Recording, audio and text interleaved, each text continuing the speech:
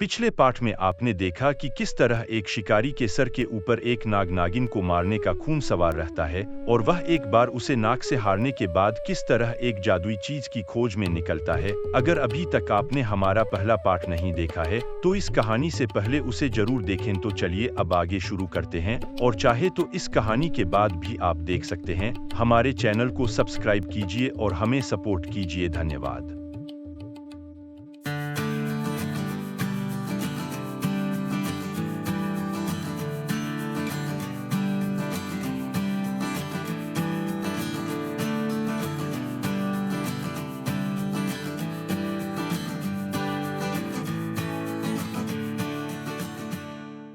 तलवार मिलने के बाद शिकारी एक बार फिर से उसे नाग नागिन की तलाश में निकल जाता है। नाग नागिन हमेशा छिपकर कर रहते हैं, इसलिए शिकारी को भी उन्हें फिर से ढूंढने में बहुत मेहनत करनी पड़ती है। शिकारी को उन्हें ढूंढने में कई महीने लग जाते हैं। दूसरी तरफ वह नाग नागिन एक जंगल के गांव में रहने लगे। वहां बहुत कम लोग रहते थे और किसी को यह नहीं पता था कि वह एक इच्छाधारी नाग नागिन है। एक दिन जब वह शिकारी एक नदी के पास में पानी पीने रुका, तब उसे एक मरा हुआ जानवर दिखा। उसने देखा कि वह जानवर किसी के हमला करने से नहीं बल्कि किसी के जहर से मरा था। शिकारी ने उसे जानवर के ऊपर कुछ घाव देखे तो वह तुरंत समझ गया कि वह नागिन के हाथों मारा गया है। लेकिन शिकारी ने यह भी सोचा कि वह नागिन और नाग किसी भी जानवर को कोई हानि नहीं पहुंचाते, आखिर क्यों उन्होंने इसे मारा होगा। लेकिन शिकारी को यह भी पता लग गया कि वे उन दोनों को ठीक दिशा में ढूंढ रहा है और अब वह इस दिशा में आगे बढ़ गया था।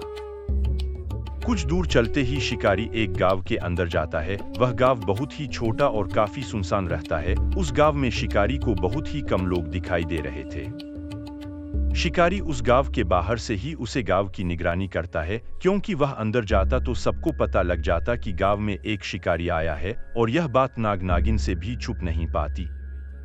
एक दिन शिकारी उस नदी किनारे गया जहां उससे पहले एक मरा हुआ जानवर मिला था। उसे दिन शिकारी की किस्मत अच्छी थी, उसे वह नागिन दिखाई दी और वह एक पेड़ के पीछे छिपकर उसे नागिन को देखने लगा कि वह क्या कर रही है और कहां जाती है। नागिन वहां बैठी कुछ काम करने लगी और शिकारी उसे एक पेड़ के पीछे से देख रहा था।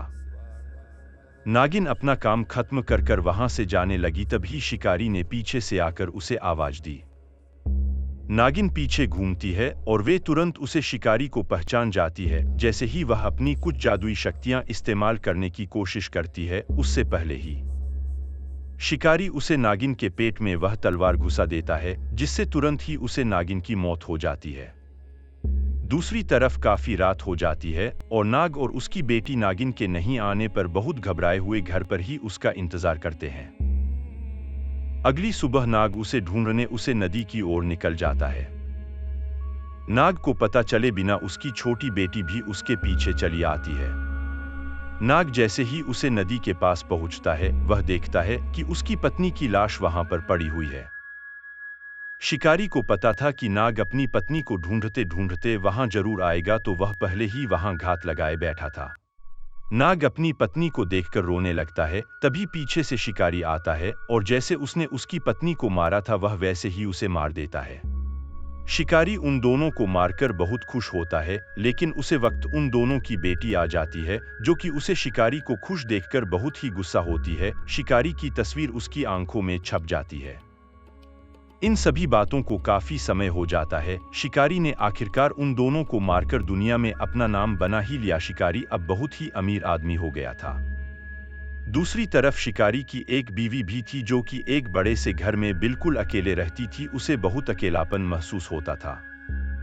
शिकारी की बीवी बहुत भोली थी। वह घर में अकेले रहती थी और बहुत उदास रहती थी, क्योंकि शिकारी की कोई संतान नहीं थी, जिससे वह दोनों ही परेशान रहते थे।